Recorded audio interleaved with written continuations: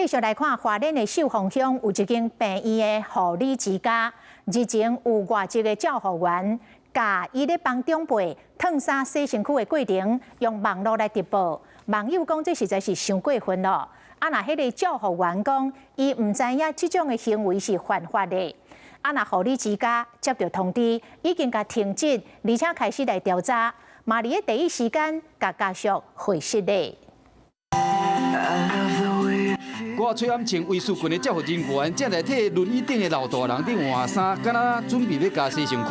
镜头前过当看到另外一个照护人员伫穿面罩甲衫裤，看起来敢若真日常的画面，却是引起讨论。未少网友讲，这敢有经过亲人的同意，这敢袂伤悍？某人讲可能是想要分享工作内容尔。当然是不 OK 啊，一定要尊重长辈的隐私啊。同事听到这件代志嘛，讲这应该尊重老大人的温书。 怎么没有？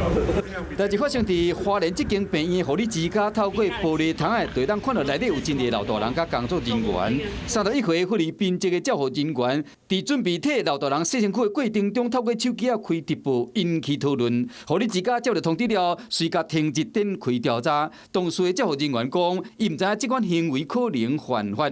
护理之家嘛，随向当事的家属说明，并且会师咧，强调讲会提供相关的心理支持，加必要的协助。他个案并没有被辨认出来，但是呢，那如果个案如果能够辨认出来，我想对于家属来讲，他就可以对照顾员提告。 护理之家讲，这个外国照护员已经做当外，并且是负责住民的生理清洁、起居、用餐等等的长照服务。那我们也希望可以去厘清，说在他任职的期间，过去到底有没有做这样的事情。根据了解，机构的照护人员总共有56个人，其中有23个是外国人。虽然讲这个机构人员逐天照顾的老大人无固定，不过机构强调讲人数的比例符合标准，卖再教育甲宣导，未过发生类似的代志。